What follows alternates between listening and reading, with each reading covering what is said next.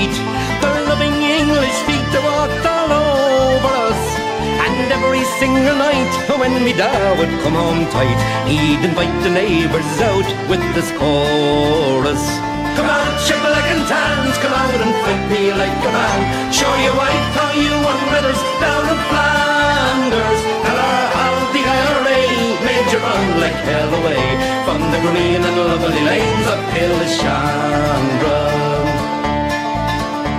Come, let us hear you tell how you slandered great Parnell when you taught them well and truly persecuted.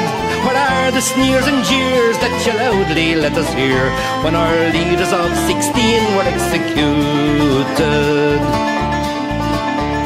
Come out, shibboleth and tans, come out and fight me like a man. Show your wife how you won medals down in Flanders. Tell her how the IRA made you run like hell away from the green and lovely lanes of Killishandra. You slew them all Arabs 2 by 2. Like the Zulus they had spears, a bow and arrows. Oh, bravely you faced one with your 16-pounder gun, and you frightened them damn natives to the marrow. Come out, shibboleth and tans, come out and fight me like a man. Show your wife how you won medals down in Flanders. Tell her how the IRA made you run like hell away from the green and lovely lanes of Killishandra. The time is coming fast, and I think this day is near when each Shonin traitor he will run before us. And if there'll be a need, well, our kids will say Godspeed with a verse or two of singing this fine chorus. Come out, shibboleth and tans, come out and fight me like a man. Show your wife how you won medals down in Flanders. Tell her how the IRA made you run like hell away from the green and lovely lanes of Killishandra. Come out, shibboleth and tans, come out and fight me like a man. Show your wife how you won medals down in Flanders. Tell her how the IRA made you run like hell away from the green and lovely lanes of Killishandra.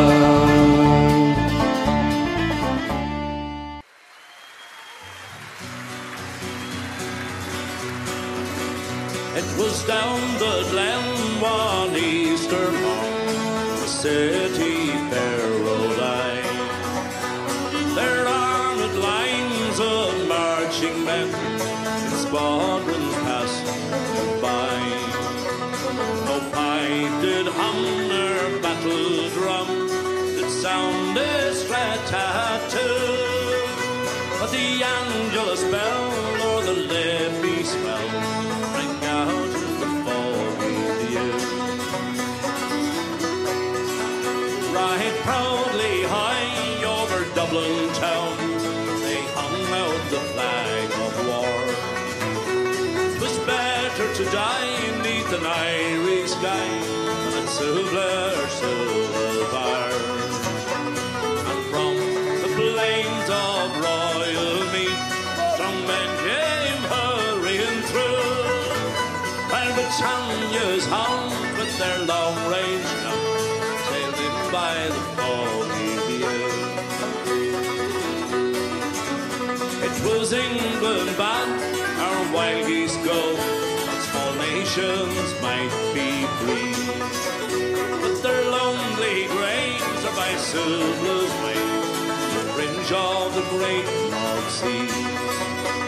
Oh, have they died by Pierce's side, or fought with cattle brew? Their names we would keep by the billion sleep, the shroud of the foggy view. But the bravest fell, and the solemn bell rang mournfully and clear for those who died that Easter time, the springtime.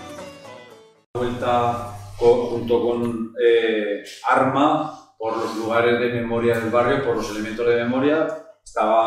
Fue explicando Quique que en cada sitio el coro libertario acompañaba cantando, y la verdad es que vino bastante gente. Luego seguimos con el homenaje a Basanta. este tercer mes, en marzo, tocaba el Laurel, Laurel Cárcel, Cárcel Laurel.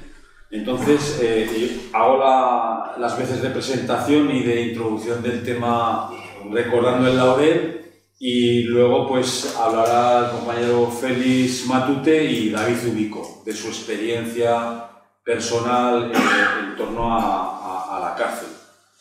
Ya sabéis que el Laurel nos apareció de repente a los vecinos del barrio cuando estábamos negociando el tema de la porción esa que iban a quitar la cárcel, la iban a derruir y demás. Hicieron 2 visitas guiadas. El concejal que había entonces de urbanismo era el de participación ciudadana que había tenido la Rudi, pero como habían tenido una guerra abierta con el barrio durante los 4 años que estuvo Rudi, este hombre se lo tomó de otra manera y desde el principio fue llamando a la gente, y estuvimos en el Cubo en el año 2001-2002 hablando del tema de la cárcel, de cómo quedaría el terreno y demás. Y conseguimos cambiar el diseño que había al comprobar el diseño urbanístico que había, lo cambió Antonio Gaspar cuando era concejal de urbanismo, para salvar el Laurel, y entonces estábamos en la postura de que todas las viviendas que se construyeran, tanto las del ayuntamiento como las que les correspondía al Ministerio del Interior, a prisiones, pues que fueran públicas, de protección oficial. Eso no fue posible porque el Ministerio quería especular, así de claro se lo dijimos, y así se mantiene, y hacer la mayoría de los pisos que le correspondían a él en esos 2 bloques que quedaban, que todavía están sin construir, pues la mayoría eran de vivienda libre y unas pocas de protección oficial. Pasó el tiempo, y en ese paso del tiempo el barrio adquirió una conciencia de lo que es la memoria democrática bastante avanzada.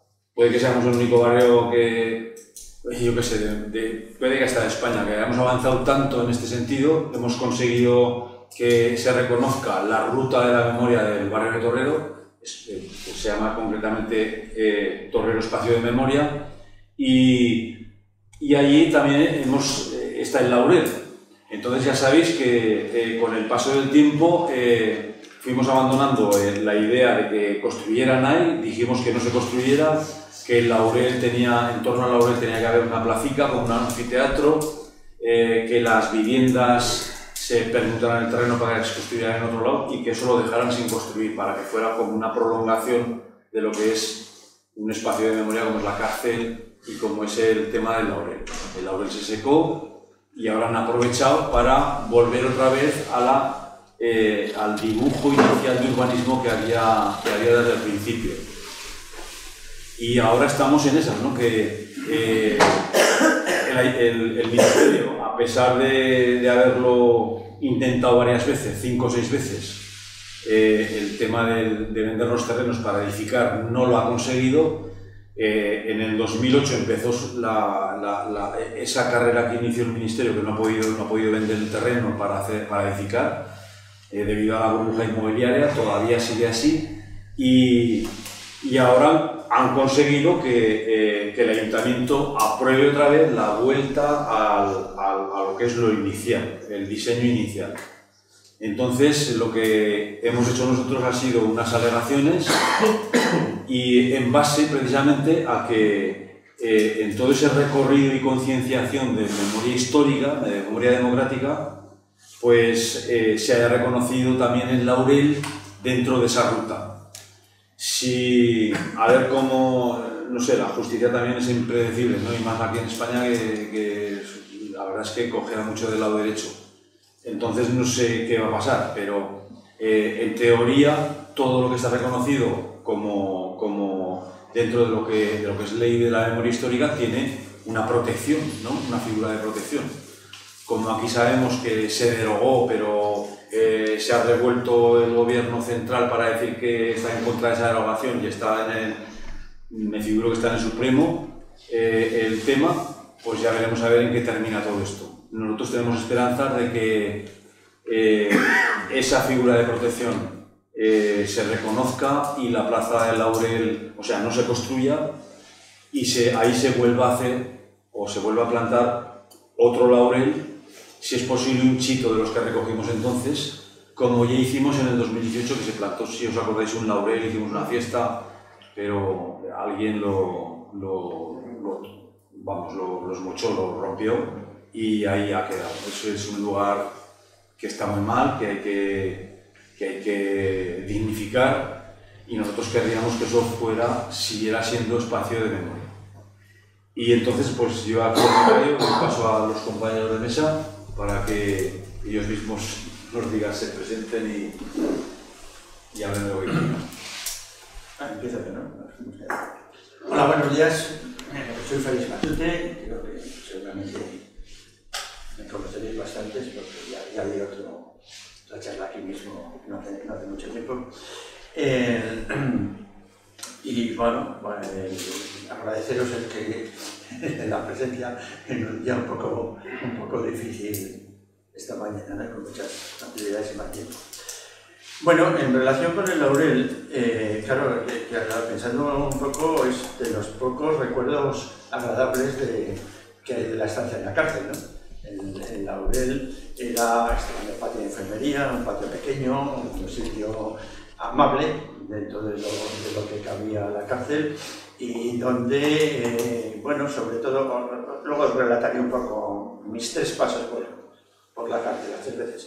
Sobre todo en el segundo paso por la cárcel, contaba con que Ernesto Losada, del cual habéis oído hablar, estaba en aquel momento porque lo habían detenido eso, además le habían herido en una pierna, y entonces estaba en la enfermería, con lo cual él estaba en la enfermería y nosotros, con eso de verlo y estar con él, pasamos mucho tiempo en ese patio, cosa que no era habitual para el conjunto de los presos, que ese era un sitio más bien de paso a la enfermería.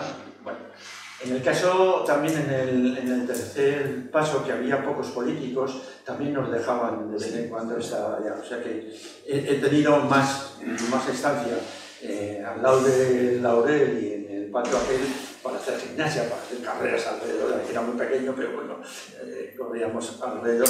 Y bueno, era un elemento vivo, aparecían pájaros. Da eso de que la pared que había allá daba también a la cárcel, con lo cual llegaba también algún ruido, alguna vez algún paquete que se mandaba por allá, que también llegaba por encima de las tapias a aquel patio. O sea que digo que en ese sentido, pues un recuerdo agradable de la cárcel, de lo poco que puede ser agradable de la cárcel, porque lo demás pues es muy duro. Es duro fundamentalmente no por el malestar, que también, sino por la sensación de impotencia que se tiene allí, ¿no? Allá estás y no puedes hacer nada. Te informas de lo que puedes informarte, pero no puedes hacer nada, ¿no? Una situación verdaderamente, pues, francamente desagradable. Puesto un poco aquí a contar anécdotas, en uno de los... bueno, voy a contar un poco la historia, ¿no? A mí he dicho que me entro 3 veces en la cárcel. La primera entró a raíz del estado de excepción del 69, enero del 69. Yo entonces soy dirigente estudiantil. Habíamos conseguido los estudiantes de la Universidad de Zaragoza, como de otras varias universidades, la caída del SEU, el sindicato oficial. Era el tercer año. Habíamos empezado ganando las elecciones en la Facultad de Medicina. En el primer año, en el segundo eso se amplió a ciencias y parte de filosofía, incluso de derecho, también empezaron a participar, y el tercer curso, siguiendo ese orden, ya es el 68-69, en enero se produce la muerte de Picarruano, disturbios en la Universidad de Madrid, y la declaración del estado de excepción por 3 meses. Y es un estado de excepción que se dedica fundamentalmente así como en el siguiente será otra cosa, sí, fundamentalmente contra las fuerzas de la cultura. La universidad y se cierran 3 editoriales, en Zaragoza se prohíbe, se cierran por prohibición una ciencia nueva, la equipa editorial, una vasca, aquí se cierra el Teatro de Cámara de Zaragoza, que por cierto, pues, si no lo sabéis, Juan Antonio Hormigón se le hace un homenaje en el Teatro Principal el próximo lunes, no, sino el siguiente, sí, a las 7 de la tarde, se va a hacer una pequeña obra de teatro y lo presenta su mujer porque él murió en el 19, pero ha recopilado textos sobre esa historia de aquel momento del teatro en Aragón y el lunes hay una presentación del Teatro Principal. A las 7, sí, a las 7 de la tarde. Bueno, lo detienen a él, Juan Antonio Hormigón fue de los... Bueno, nosotros estábamos viviendo 3 compañeros juntos en un piso de Supervía y otros 2 fuera. En fin, el caso es que se decidió que tuvimos por una casualidad, nos enteramos muy pronto de que se decretaba al día siguiente el estado de excepción a través del periodista del Heraldo, Alfonso Zapater. Uno de ellos vino a casa y entonces esa noche decidimos que no dormíamos en casa y efectivamente fueron a detenernos. Puedo contar una anécdota que por lo menos es graciosa. La policía se llevó todos los libros que encontramos por allí, pero en el caso de un compañero de física, Manuel Valera, le quitaron 2 trajes. Se llevaron 2 trajes que no aparecieron. Curiosamente tenía trajes porque nosotros lo habitual no era que tuviéramos trajes, pero vamos, en aquel momento algún aprovechado, no sé, no tenemos ni idea de qué. Bueno, esos 3 meses estuvimos escondidos con diversas vicisitudes y después ya para Semana Santa salimos, volvimos a la universidad y bueno, pero el estado de excepción ya había pasado, aunque detuvieron a dos de ellos en un acto cultural en medicina. A mí me detienen justamente en julio, que fui con la que después fue mi mujer, con mi compañera, fuimos a Irún y nos alojamos en un hotel y resulta que el hotel es frontera y pasaban eso. Y entonces a la mañana siguiente me desperté y me estaba esperando la policía porque había una orden de detención que en Zaragoza les importaba poco, pues ya, pero en Irún sí que les importaba. Me trajeron aquí, me interrogaron, un interrogatorio muy desagradable de no me salió el nombre de 2 policías muy conocidos, La Torre y Legionario. La Torre y Legionarios, tremendamente desagradables, pero vamos allá, simplemente lo desagradable, que te gritaban, la sensación esa de que te escupen mientras te gritan, ¿no? Pero vamos allá, yo creo que para ellos era de trámite, me pasaron a la cárcel, tuve que pasar el periodo, salí y allá no había ningún político en aquel momento, la biblioteca estaba cerrada porque el maestro estaba de vacaciones y entonces, bueno, pues no sabía muy bien qué hacer conmigo, pero vino el juez y en realidad a los 4 o 5 días me puso en libertad, aunque me procesaron con el público, pero no estuve en la cárcel, ¿no? Después ese proceso, bueno, me expedientaron, tuve que ir a la mili porque me quitaron las prórrogas. Y aquí vuelvo, justo, me licencio de la mili, justo el mismo día que el 22 o 21 de diciembre del 70, me licencio de la mili el mismo día que decretan el estado de excepción de aquel año, ¿no? Yo estaba en Irún, soy de Logroño, pertenecía a otra capitanía general y por tanto la mili me correspondía en otro sitio. Y vengo a Zaragoza y en aquel ya sí que actuó de militante del Partido Comunista, al cual yo pertenecía. Entro en relación, me encuentro con que habían detenido ya un montón de gente y, bueno, pues aprovechando que yo no estaba en circulación en aquel momento, tuve labores de estas de coordinación, las cintas de seguridad, las cosas estas. Esto durante un tiempo, pero en febrero en una de ellas llamo, una puerta abre y se me echan encima. Ahí lo más grave en la situación es que estuve 14 días en comisaría con torturas, porque ellos sí que sabían que tenía importancia en aquella. Bueno, ahí entro y me encuentro en esa situación, pues había 100 y pico detenidos por el estado de excepción, algunos ya les han... Y ahí estoy casi 3 meses, porque luego esto de la justicia es todo muy arbitrario, porque daban libertades provisionales a unos sí, de repente a casi todos los que quedaban, porque yo era de los últimos detenidos de ese periodo, les habían dado la libertad provisional, ahora lo comentábamos, con 20.000 pesetas de fianza, que me acuerdo de una señora que decía que tenía que vender una vaca a mi padre para poder pagar la fianza, ¿no? Pero bueno, yo con otros 3 compañeros quedamos más y un día, 15 o 20 días después, pues nos llamaron, me nos daban la libertad provisional y entonces salí sin fianza. Hablamos de público, me pide 5 años en una expediente que tenía bastante, unos 12 me parece que estaba en el expediente.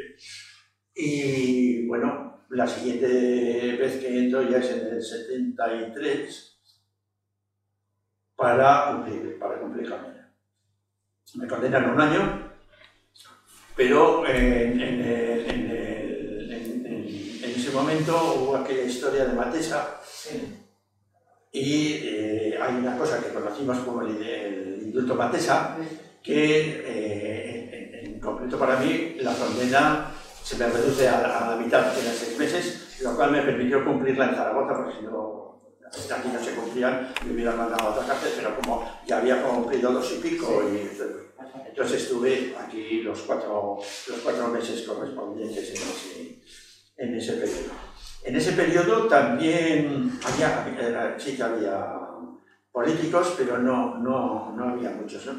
Sí que había un grupo de ETA, pero ellos vivían un poco por su cuenta, tenían su comuna y sus actividades, entonces, bueno.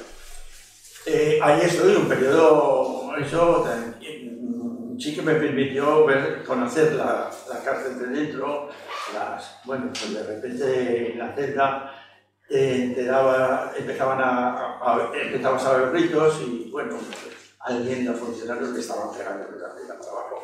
Normalmente a la gente que había entrado por la ley de vagos y maleantes, que podían ser gente sin trabajo, en fin, absolutamente arbitrario.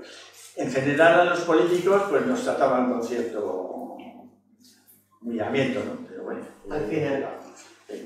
Pero bueno, también teníamos nuestros conflictos y de hecho yo cuando salí de la cárcel, que era teníamos un conflicto, hicimos era la fiesta de la Mercedes, pusimos la fiesta de la Mercedes, que era la patrona de las cárceles, y había habido un concurso de ajedrez, del que estábamos corriendo, que lo estuvimos boicoteando con el conflicto que habíamos tenido. En esta parte también en la URE estuvimos tiempo allá porque ya digo que los políticos éramos pocos. Me tocó convivir, que seguramente lo recordaréis, con los del colectivo de la Doña del Martillo, que tenían una situación tremendamente difícil en aquel momento, pues los habían condenado por terrorismo y además con condenas muy altas en tribunal militar. Entonces era una situación bastante dura para ellos, sobre todo para el veterano. Bueno, luego vino la amnistía, la primera no los cogió, pero la segunda sí que al final salió. Respecto a situaciones, digamos, curiosas, pues bueno, de la impotencia, que es lo que he hablado al principio, voy a contar una cosa que no he hablado mucho. En un momento determinado, cuando estoy en esos 2 meses que estoy después detenido, uno de los años viene Arturo Acebal, que era uno de los abogados con el que trabajábamos, y me dice que mi compañera, en aquel momento fue después mi mujer, que a su vez estaba escondida, y estaba escondida en Pamplona con unos familiares, le habían dicho que estaba embarazada. Y la sensación de impotencia que eso produce la cárcel, la otra escondida, no sé qué. Bueno, no duró mucho eso porque no me acuerdo los plazos, pero podía ser 10 o 15 días. Me vinieron a decir que había sido una falsa alarma y que de aquello no había nada, pero me refiero a que con cualquier situación de dificultad familiar, amigos, lo que sea, el estar, es decir, que el castigo casi mayor es la impotencia de que pasan las cosas y tú estás allá y no puedes hacer nada, ¿no? Otra más graciosa que me tocó también ya cuando estaba cumpliendo el primer año, allá ya estaba casado, el primer aniversario de boda, el 11 de septiembre, estaba en la cárcel.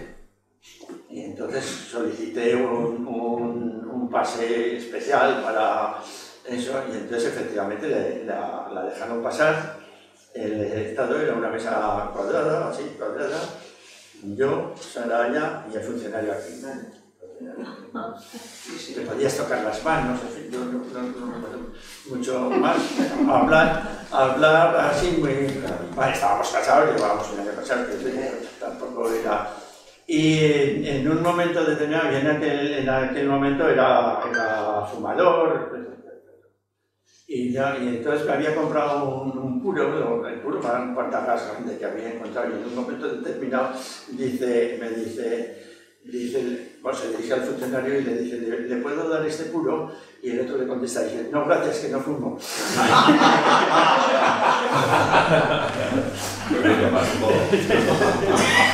Por lo menos una situación. Y bueno, pues la vida, además de la impotencia, en la cárcel de estado de monotonía, bueno, había una biblioteca, me harté de leer de libros de la biblioteca, bueno, había un taller en el que trabajamos algún rato, pero bueno, lo demás era todo monotonía, aburrimiento, sin mayor eso. Eso que teníamos buenas comunicaciones con el exterior, que recibíamos hasta prensa clandestina, pero la situación es...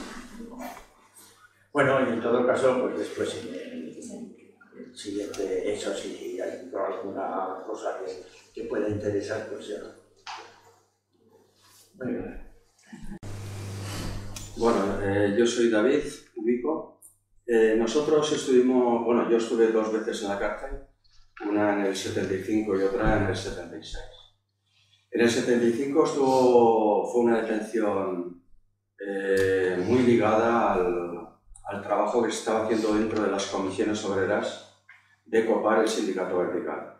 Entonces, llevábamos mucho tiempo pues yendo a las empresas, hablando con compañeros y compañeras, para que tuvieran el valor, que había que tener valor, de presentarse a las elecciones en vertical.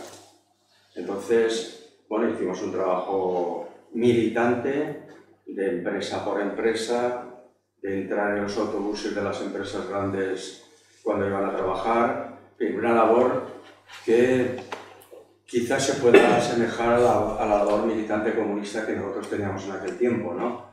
Una labor muy seria y muy arriesgada.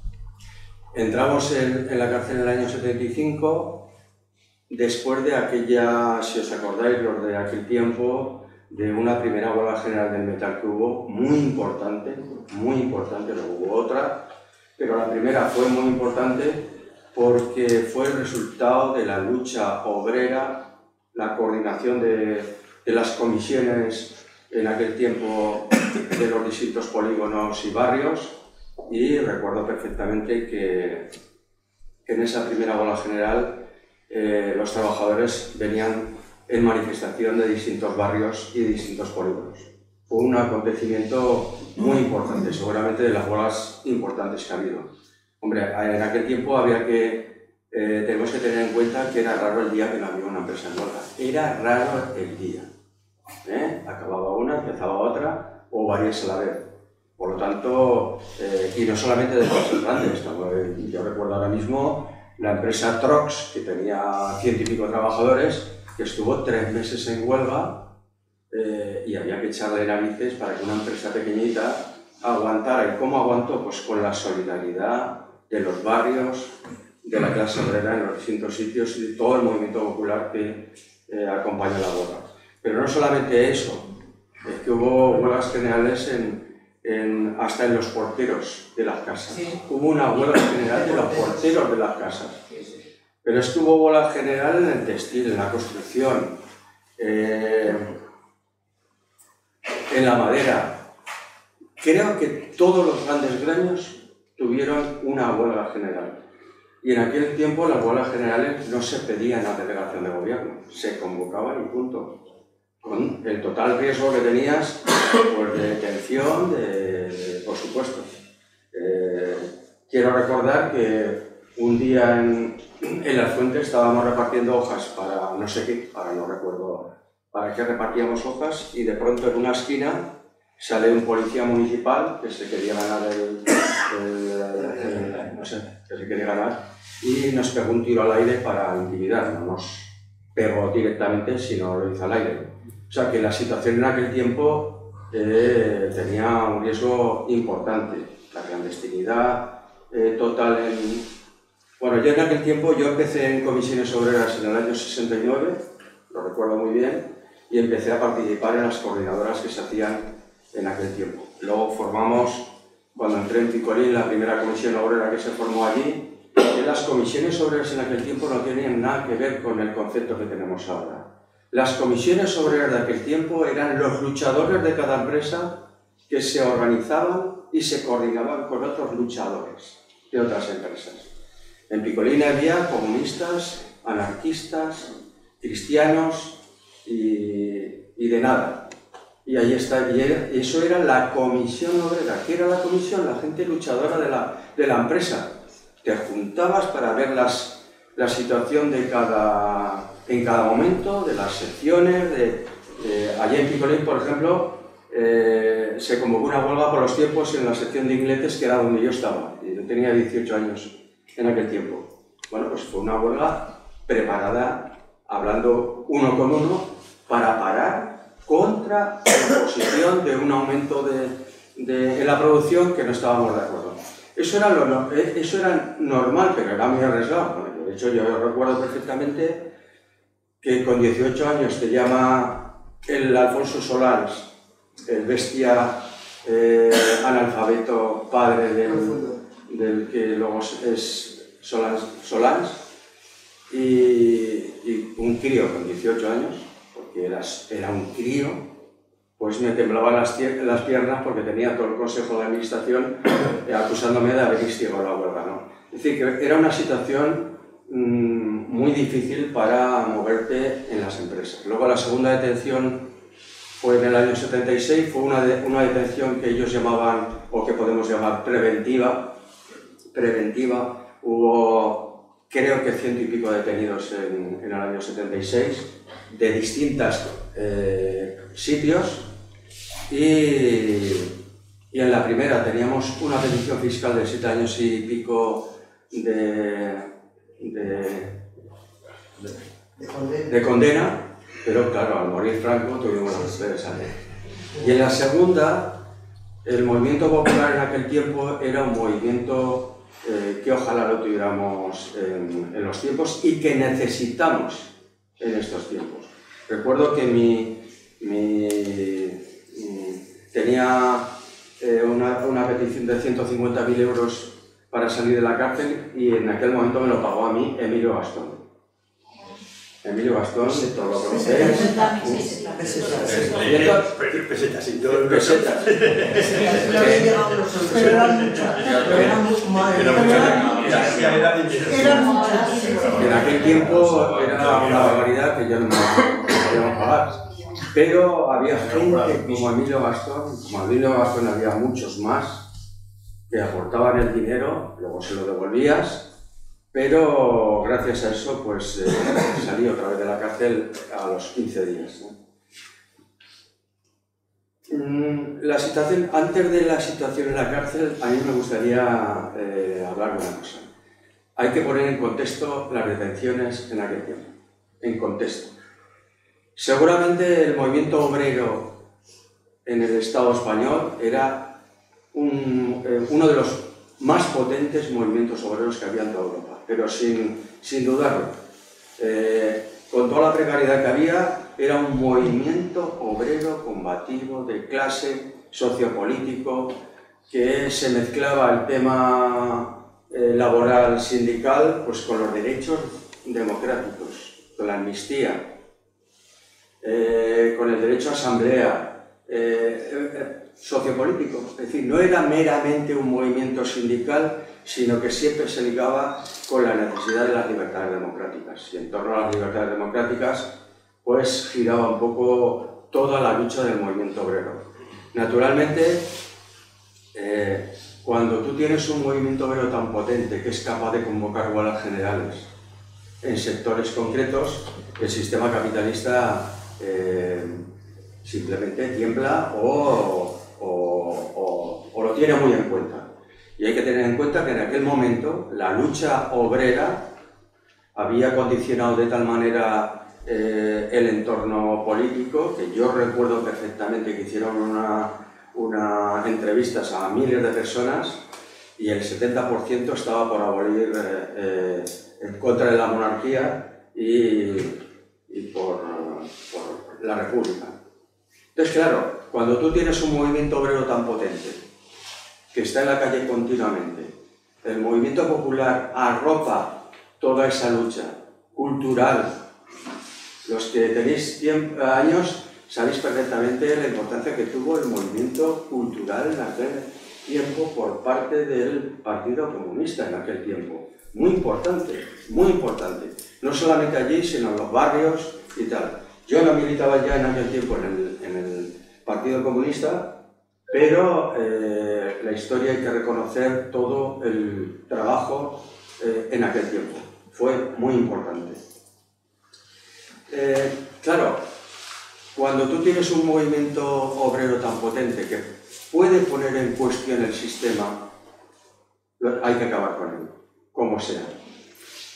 El objetivo del sistema capitalista era acabar con el movimiento obrero organizado. Ese era el objetivo fundamental. Por lo tanto, había que cargarse todo el movimiento inicial de las comisiones obreras y todo lo parecido en aquel momento. Y bueno, y de hecho, bajo mi punto de vista, los pactos de la Moncloa supusieron un antes y un después con respecto al movimiento obrero.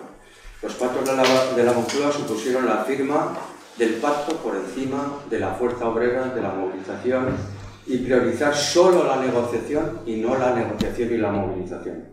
Aquello fue un paso atrás importante que ha lastrado al movimiento obrero hasta ahora. Entonces, claro, si no tenemos en cuenta cómo se producen las detenciones en aquel tiempo, no entendemos por qué se producen. Porque claro, venir dos personas aquí a contar cómo lo hemos pasado en la cárcel de Torrero, pues no es suficiente. Hay que contextualizar. Y es que la lucha obrera en aquel tiempo podía poner en cuestión al sistema. Y los pactos de la Moncloa frenaron en seco todo aquel movimiento de lucha obrera y popular. Eso hay que tenerlo en cuenta, bajo mi punto de vista, naturalmente. No compartido por lo menos. Sí, claro. Ese es otro tema. Quiero decir que yo en ese sentido ni he entrado ni voy a entrar, porque yo he venido a otra cosa. Sí. Porque es importante. Me parece bien que cada cual diga lo que quiere. No hay ningún problema. Pero vamos. Bueno, sí, no queda tu opinión. Yo, al margen del asunto, pues está interesante. Digo que hay otros análisis. Vamos así.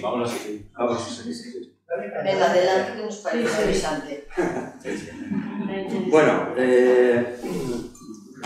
claro, en aquel tiempo la verdad es que me ha cortado la dinámica, pero hay que tener en cuenta otra cuestión importante. Dentro de la cárcel de Torrero en aquel tiempo, en el año 75, cuando yo estuve la primera vez,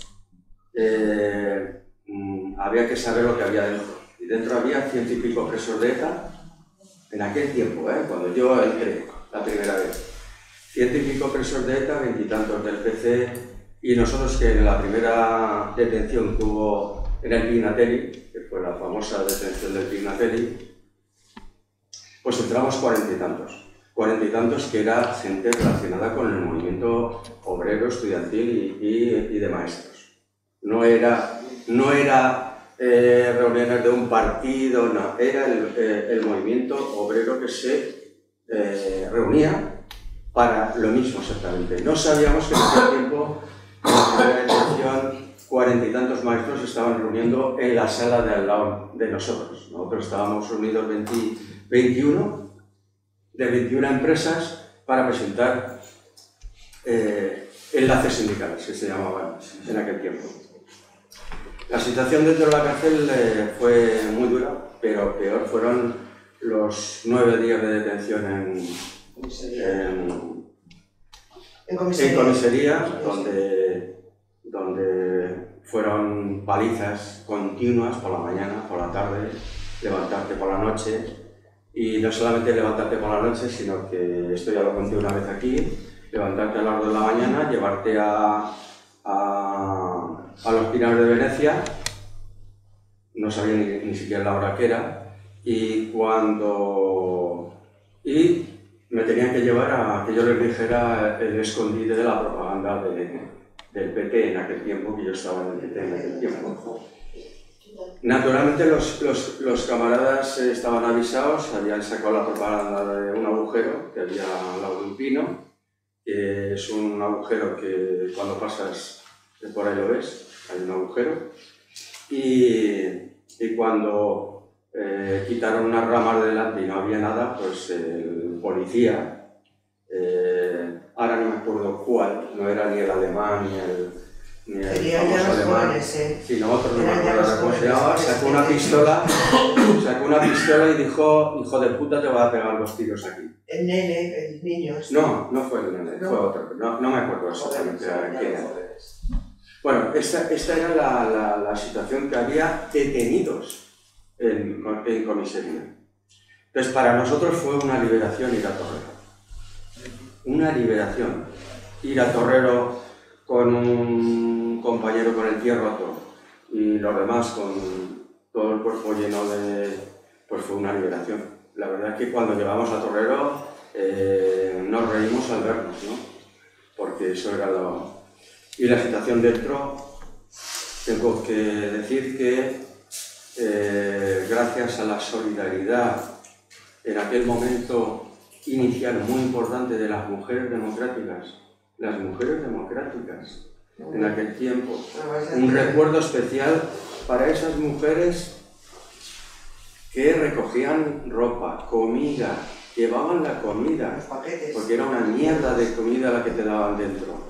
Y las mujeres democráticas, todas militantes, comunistas, llevaban la comida, llevaban el tabaco,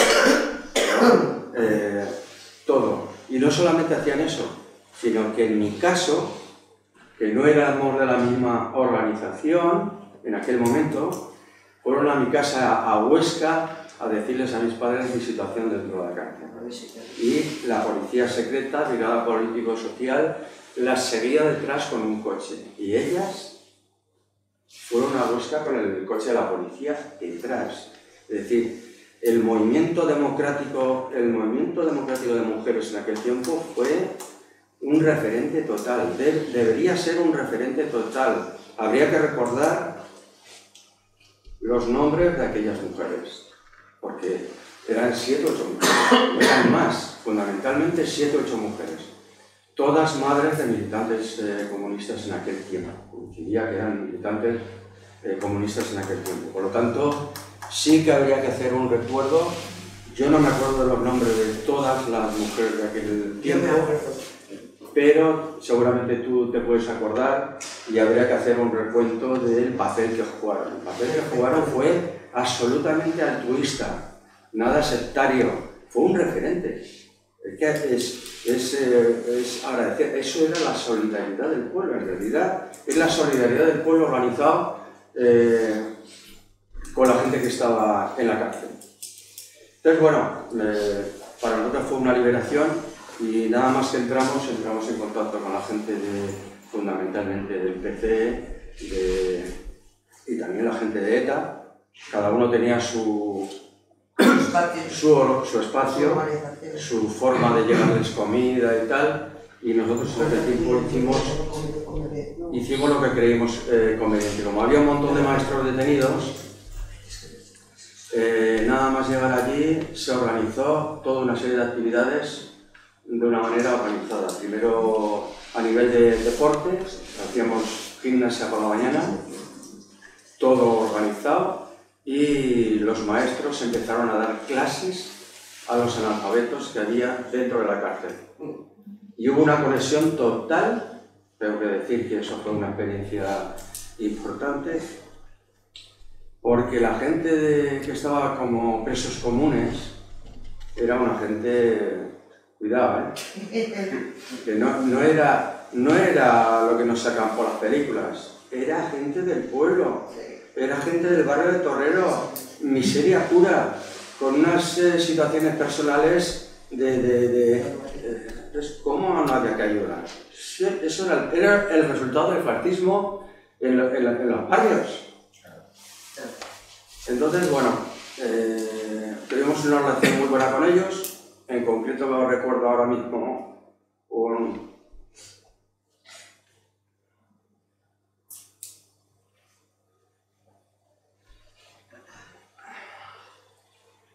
recuerdo un compañero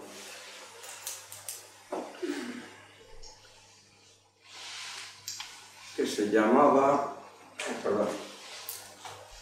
lo llamaban el ñañán porque tenía dificultades para hablar. ¿Que lo llamaban como? Tenía ñañán. Ñañán. Este chaval lo habían detenido varias veces, pero era absoluta vida dentro de la cárcel. Tenía dificultades porque tenía un problema en la garganta, en la lengua, perdón. Entonces tenía dificultades para hablar y entonces todo lo pronunciaba ñañán, muy mal. Pero este chaval, que era muy joven en aquel tiempo, nos daba las gracias de cómo se le ayudaba a aprender a escribir y a leer. Y bueno, fue emocionante.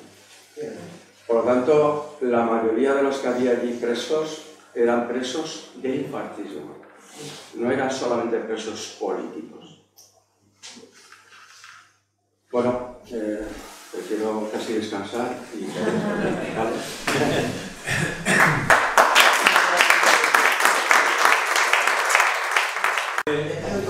Si os parece, empezamos una... Venga. A ver, te voy a levantar para que me veáis. Ya me contáis, pero... O sea, grabadas. Yo tengo grabados muchas cosas. A ver, en el año 58 detuvieron a mi padre y a mi tío. Mi tío vivía en casa con nosotros. En el año 58. Entonces, en la cárcel de Torrero, bueno, un consejo de guerra sumarísimo, en el 58, tribunal militar, horroroso. Así, pues en el 58, en el 62, en el 67, en el 69, en fin, todos estos años, hasta como luego, hasta octubre del 72. Cuando yo conocí la cárcel de Torrero en el año 58, y algunos de los que están aquí también la conoció, pues imaginaros, pues con 4 años y medio, yo tenía 4 años y medio. Entonces esta cárcel no era una cárcel de cumplimiento. La cárcel de Zaragoza empezó a hacer de cumplimiento en el año 69-70. Porque ya como habéis oído, los compañeros han comentado que... Incluso creo que a mí me hicieron un test para clasificar, porque luego las cárceles según el grado de peligrosidad que consideraban, hacían un test muy extenso. Te llevaban a un sitio. Y a mí en el 73 todavía me lo hicieron ese test. Aquí todavía, pero la salida, si hubiera tenido una condena más alta, me hubieran trasladado. Eran en condición de segunda condena. Clasificación de peligro. En ese momento, yo por ejemplo, en los años, hasta los años que yo tengo recuerdo y tal, no había compañeros de ETA y tal. Eso lo conocí yo en Carabanchel y en Burgos, y en el penal de Burgos. Ahí sí que había gente de ETA. Bueno, y yo, como os digo, lo del tema del Laurel, que es por lo que a mí me... El Laurel, pues a ver, yo recuerdo que se podía entrar en el Día de la Merced y el Día de Reyes.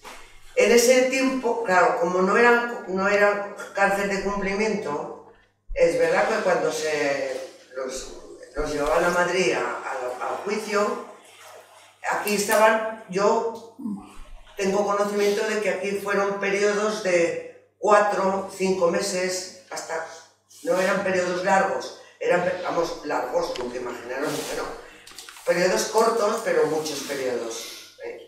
Entonces, pues, ¿qué pasaba? Pues que, claro, aquí cuando coincidía en ese tiempo que estaban aquí, pues entrábamos a la cárcel.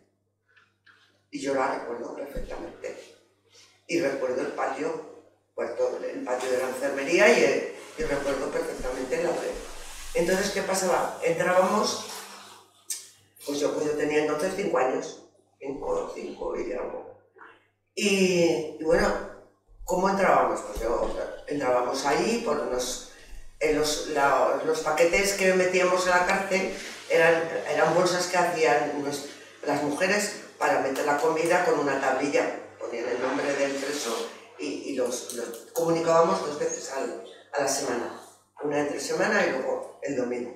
Bueno, pues cuando llegaban estos días, pues, no sé qué, pues encantada, ¿qué vas a ver al papá? ¿Vas a estar con el papá? Y tal. Tengo que decir, para mí las detenciones de mi padre y mi tío eran traumáticas, porque claro, con la primera en el 58, que yo tenía 4 años y mi hermano tenía 6 años y medio, que esa noche se llevaba como todas las noches mi padre en acorderetas a la cama y nos contaba cuentos, y al día siguiente mi padre no estaba y el papá no está cariño, no está. Y que lo ves es en un espacio, imaginaros, no sé si habréis visto a alguien en la cárcel, los locutorios, ¿qué era un locutorio? Que no nos veían porque las 2 rejas y la cacharra esa que hay de los conejos, que no nos entraban ni los dedos, que no nos podían subir porque no había espacio para ponernos de pie. Entonces, ¿qué pasaba? ¿Qué nos hacían nuestras madres para que nos vieran? Pues nos llevaban por detrás de la cárcel, en las tapias de la cárcel, a que meáramos, y ahí nos pagábamos un cuarto de hora meando. Mea más para que les diera tiempo a los padres de que fueran a la celda y ellos subían como podían para podernos ver de pie. Porque no nos veían. Entonces, ese espacio, ese día que entrábamos allí, pues imaginaros, nos colocaban unas tablillas aquí con el nombre de... Y entonces íbamos allí, detrás del funcionario, y venga a correr, y eso se te queda aquí.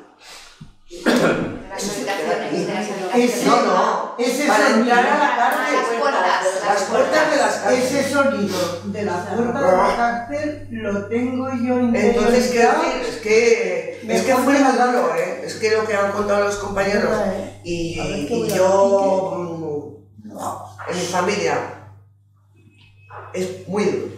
Fue un periodo muy duro y esto pues hay que contarlo. Bueno, pues que llegábamos al patio de la enfermería y ahí nos estaban esperando como agua de mayo. Y entonces entrábamos allí y pues jugando, nos hacían juegos, no sé qué. Quiero decir, el Laurel yo lo recuerdo perfectamente.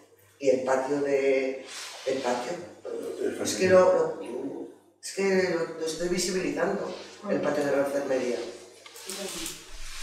Y nada más. He oído decir que lo del laurel, bueno, lo del laurel con los presos nada. ¿Cómo que no? Ni se enteraban.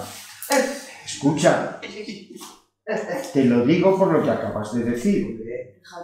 Lo cual quiere decir que el laurel era un espacio importante. Ellos se sentaban ahí alrededor del laurel y nosotros con él. Porque es verdad que no nos llevaban a las celdas, ¿eh? No, en relación con lo que dices, efectivamente el patio grande no era el del laurel. No. Estaba mayoritariamente los presos y hacían los paseos y las charlas y todo. Eso es en el patio grande, que allá tenía la vista de las cárceles de mujeres, que en el tiempo que estuve nos comunicábamos a voz de grito desde el otro patio con las ventanas de las cárceles de mujeres porque no salían conjuntas. Pero siempre para ir a la enfermería y en grupos más reducidos estaba el patio de enfermería, que sí. Quizá ha podido pasar gente por la cárcel que no haya pasado por allá, pero vamos, que sí que era un sitio también habitual. El patio de laurel ya lo queremos, el patio de la enfermería. Además tenía su atractivo, que era mucho más atractivo ir a ese patio que ir al grande. El laurel tiene una contradicción en sí mismo, y es que mientras estuvo dentro de los muros de la cárcel, pues estaba protegido de la climatología, estaba cuidado porque estaba regado, no sufría el aire ni esos procesos que si estás al aire libre sin nada alrededor, ¿no? Y cuando quitan esa protección, cuando lo liberan, pues va y se muere. Fue una contradicción muy grande y era un elemento, era un árbol monumental, era tremendo. Entonces, nosotros queremos quedarnos con la idea de que eso que ese árbol consiguió, que fue superar los muros de la prisión, sea como un símbolo para el barrio, que eso no se pierda. Y por eso estamos en esta lucha de que no construyan, porque en estos momentos hay uno de los bloques pasaría justo por encima de donde crecía el laurel, y lo que hay que hacer es no construir y plantar otro laurel y ganar eso como espacio de memoria, porque eso era un módulo donde estaba dentro de lo que eran las tapias de la cárcel, y que fijaros lo que se pasó allí, ¿no? Si la cárcel, las paredes pudieran haber hablado, lo que esta gente que estuvo por allí pasó, ¿no? De miseria, de hacinamiento, de enfermedad, de alguna muerte, de muchas cosas, y eso no lo podemos perder, eso lo tenemos que luchar. Más palabras, si queréis. Yo quería decir que cuando yo estuve cuando se propuso la catalogación de este árbol, porque fuimos un grupo de profesores y tal, yo trabajaba entonces en el ayuntamiento, entonces se propuso, todavía no habían tirado, estaba todavía la de la enfermería. No habían tirado todavía, ¿no? Cuando propusimos este árbol para que se catalogase, que se fue catalogado como árbol monumental. Y recuerdo que entonces hablamos con Javier Delgado también. Él consideraba este laurel como un elemento de contacto con la naturaleza en la cárcel. Bueno, sí que nos expuso toda la importancia que tenía, también como, bueno, él era también un defensor de los árboles y tal. Pero tuvo luego declaraciones contradictorias también. Sí, pero bueno, en ese momento sí que nos habló de esto, y después había otra persona también, Javier, que su padre había estado trabajando en la cárcel. Hombre, fue director. Bueno, era director, y me acuerdo que hablamos también con él de... Por eso, que me acordaba ahora de que era director, porque era... O su director. Que era Javier Martínez Calvo. A ver, no hablemos de Javier Delgado. Sí. No,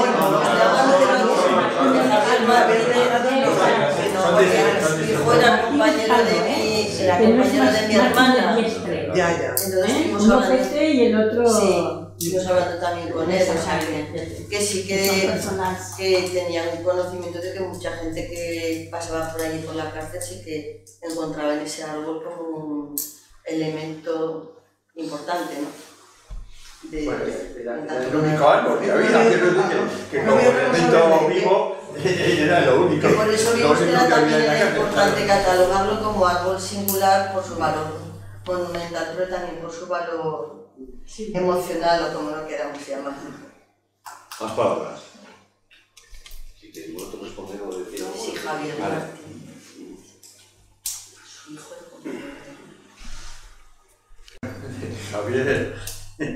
de Javier Martínez, su padre, tiene su historia también. La firma de mi salida de la cárcel la firma su padre, porque en aquel momento ejercía de funcionario de director Sisto. Y en el tiempo universitario, bueno, después en los años, en los 70, después de esa, Javier Martínez tuvo relación con la organización del PC y ha habido archivos del PC de propaganda que se han guardado en la cárcel clandestinamente. Claro, pues se metía. No, pero aparte de los que entraban, vamos a ver, en la cárcel, antes he comentado, nosotros lo primero que sacamos, ya que yo fui yo, digamos el gestor, porque era el máximo cargo que había en el momento aquel, fueron las declaraciones inmediatas de lo que se había dicho en comisaría. Y la declaración de torturas, que hay unas hojas que todavía circulan por ahí y que han tenido mucho recorrido, porque luego incluso hicimos una declaración en el diario Tiempo, sobre todo con Jesús Martínez, que era un policía, en nuestro caso todavía joven, pero que había participado en los... que este llegó a máximo jefe de la lucha antiterrorista, por el gobierno de Felipe, porque el nuevo era el ministro de Gobernación, pero el gobierno de Felipe. De hecho, varios de los torturadores que hubo aquí, como Raimundo Maestro, que era secretario, con la democracia ascendieron de cargo, que fue director general de la Policía de Sevilla. Todo esto provocó que en un momento determinado, a través de una carta de Miquel Azcue, que era uno de los médicos que en aquel momento había, salió en el país, hicimos y fuimos, en un momento determinado, fuimos a Madrid y dejamos constancia ante el notario de que lo que decíamos era cierto y que además yo había mantenido abierto durante todo el tiempo que hemos tenido demanda de proceso por torturas, ¿no? Entonces, quiero decir que ha tenido esto mucha vida. Incluso yo mantengo unas actas de las Cortes en que Barrio Nuevo defiende al Martínez Torres y nos llama mentirosos a nosotros, en concreto a mí con mis iniciales. Quiero decir, pero a otros incluso con el nombre completo, porque no. O sea que la situación es complicada de cómo ha sido la evolución después en el país. Y efectivamente, bueno, pues Jesús Martínez Torres murió siendo todavía condecorado con la orden máxima de reconocimiento policial y llegó a ser el máximo jefe de la lucha antiterrorista. Eso está ahí y bueno, al final las demandas se han ido desechando, incluso la de la jueza argentina, que es la última a la que se recurrió, pues parece que también se ha desistido, no sé. De hecho, Javier Martínez Torres ha muerto y supongo que todos los policías que había, que eran mayores, esos pues ya han desaparecido. Pero vamos, desde luego han muerto eso y en muchos casos con reconocimientos espirituales. Menudos asesinos. Es bueno saber que Carlos Carnicero organizó todo eso. Carlos Carnicero fue el que organizó la reunión que hicimos en Madrid. Sí. Con el notario. Sí. En fin.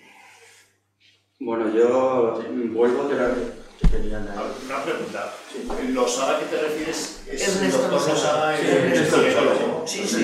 Entró con una pierna rota. Se la rompieron en la calle Alfonso. Cuando habla de las mujeres democráticas, a mí me viene a la cabeza sobre todo Esperanza. ¿Y mi madre?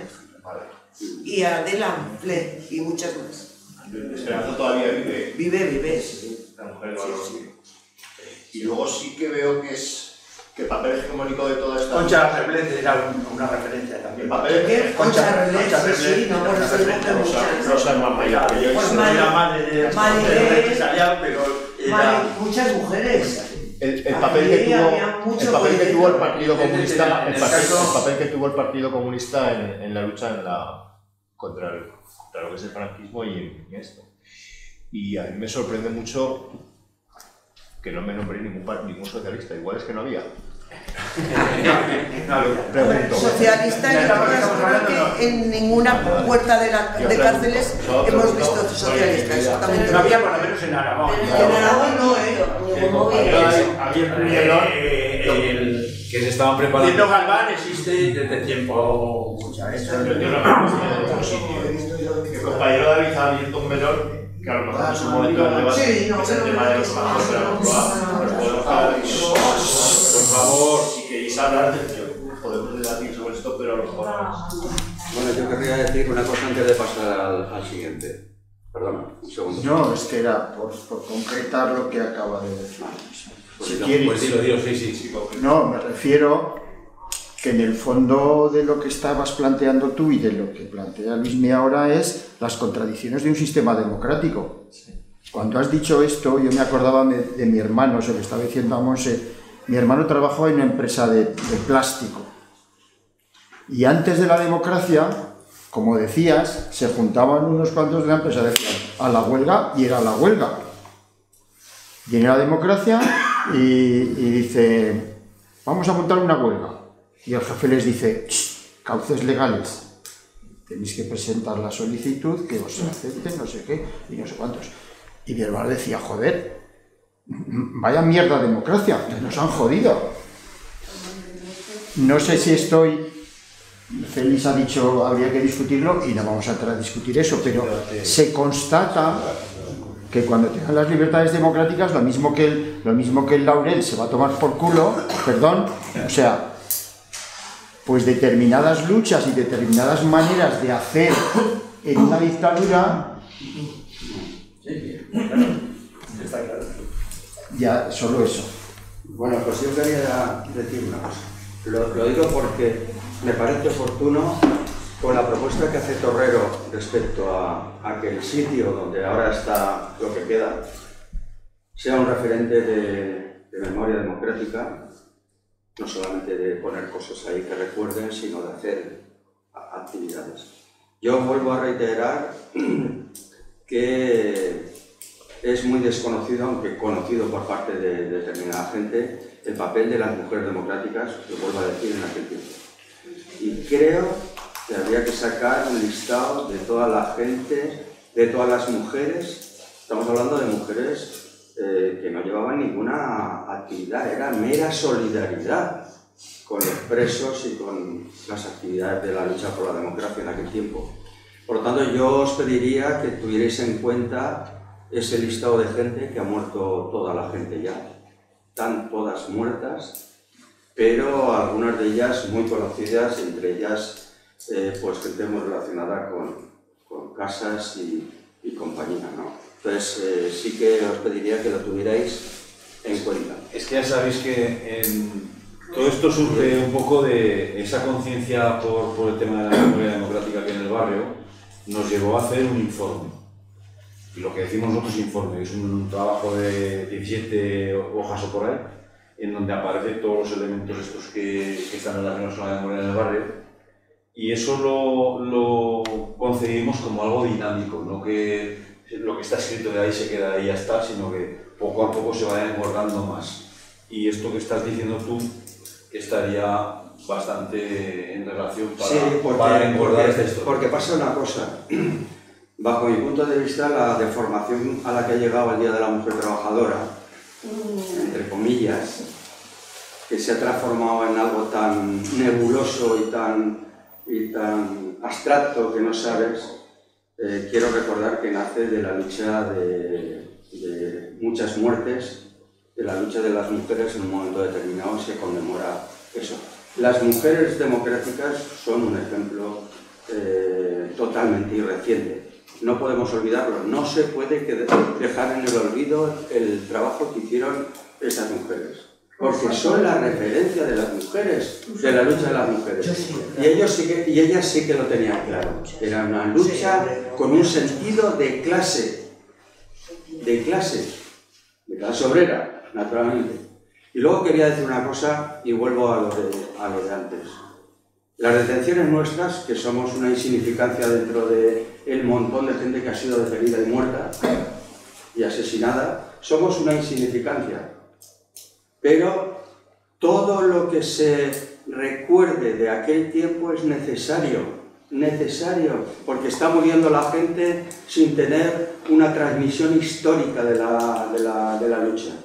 Una transmisión. No puede haber una línea que rompa y los chavales de ahora no se enteren de nada, no se enteren de nada. Todas las detenciones en aquel tiempo hay que ponerlas en contexto histórico. Y lo vuelvo a decir, no se detenía a la gente por rojos porque sí, sino porque los rojos ponían en cuestión el sistema. Cuidado. Y entonces había que cargárselos. Y por eso pusieron todo un trabajo selectivo de acabar con el movimiento obrero y todos los militantes comunistas, anarquistas. Cuidado, cuando hablo de comunistas es porque yo donde he militado, pero había un movimiento anarquista que participó muy seriamente en la huelga de la construcción. Entonces, ¿qué hay que tenerlo en cuenta? Que a la gente se le detiene porque pone en cuestión la plusvalía del sistema capitalista, así de claro, ¿no? Es una lucha de clases. Y respecto a Jesús Martínez Torres, pues quiero decir que este personaje que ha sido este asesino era capaz de venir por la mañana, todo perfumado, a la sala donde te estaban pegando y decir: mira, ubico, me acabo de echar un polvo. Y con la porra a la mano. No te pegaba nunca, él no pegaba, pegaba a toda la cuadrilla que tenía aquí. Esta gente fue puesta avalada por gente que ahora son del Partido Socialista.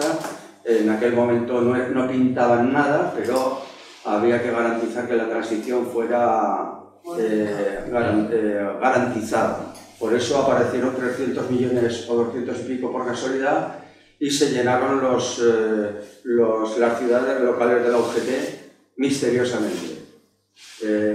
¿Por qué? Porque había que paralizar y alejarlos del movimiento más revolucionario y ligarlos con la socialdemocracia, que la socialdemocracia tengo que decir que es el puntal fundamental del sistema para meternos las dobladas sin querer, además. Entonces, bueno, es una dinámica en aquel tiempo, un análisis que hay que tener en cuenta, porque la gente no se le detenía porque sí, sino porque se ponía en cuestión el sistema. Esa era la cuestión fundamental.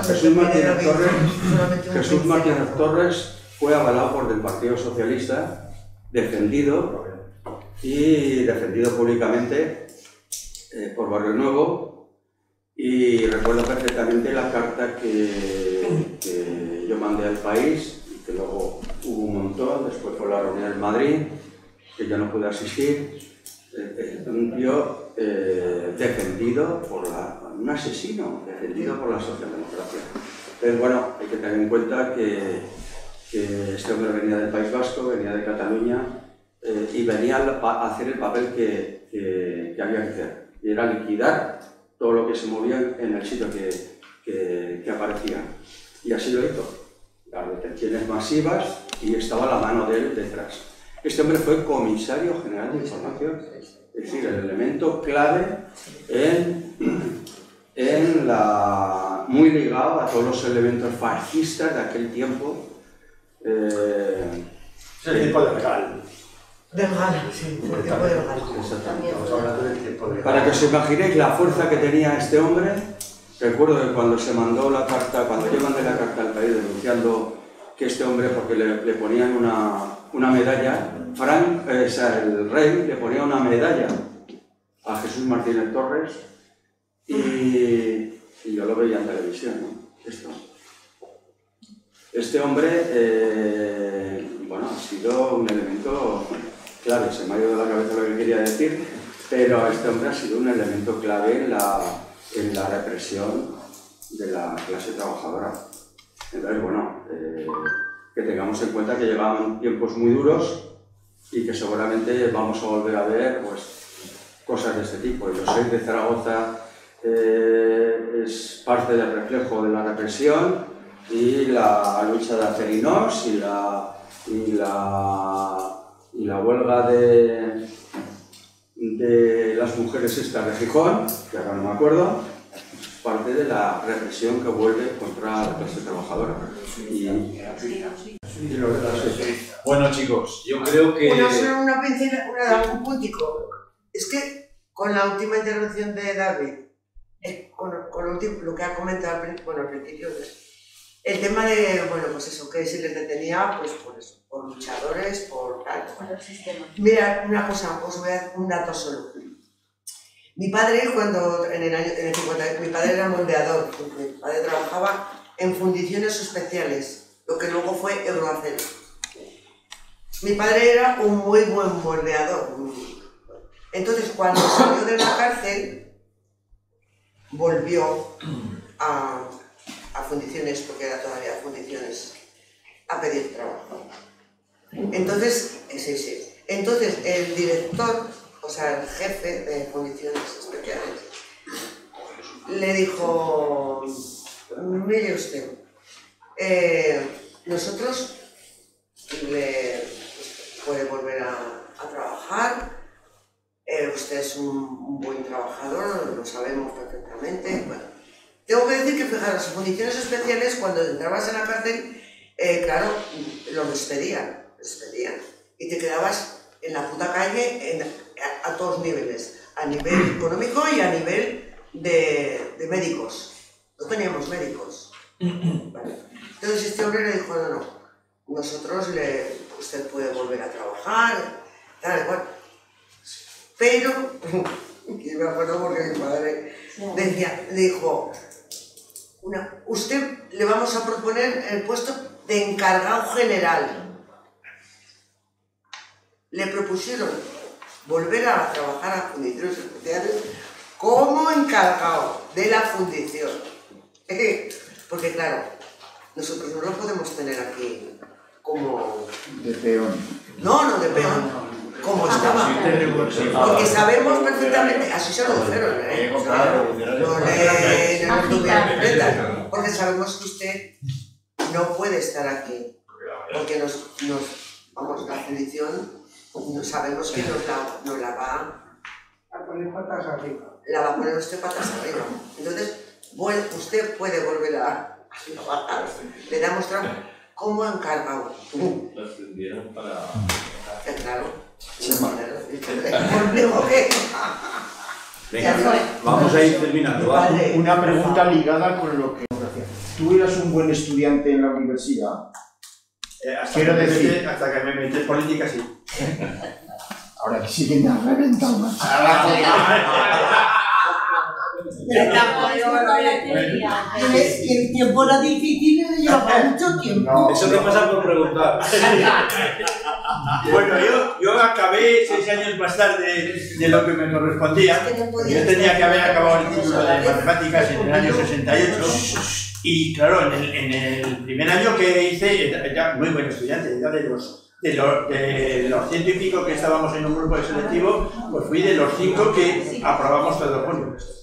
Porque se llamaba selectivo en aquel tiempo porque actuaba de selección, a partir de ahí. En el segundo año sigo aprobando, en el tercero ya me metí en política y aprobé, pero bueno, en estas detenciones, el estado de excepción, las primeras, me quedaban 4 asignaturas para acabar y las acabé después posteriormente. Lo que quería decir que no eras un oportunista. Que no te metiste en política para medrar. Ay, madre mía. Bueno, eso ni se le ocurría, ¿sabes? Por favor, que hay un vermo esperando. Vamos a ver, Aquí tenéis unas becas sobre la memoria democrática en el barrio con los actos que queremos hacer a lo largo del año. Si queréis coger alguna, aquí las tenéis. Y gracias por venir, gracias a los compañeros.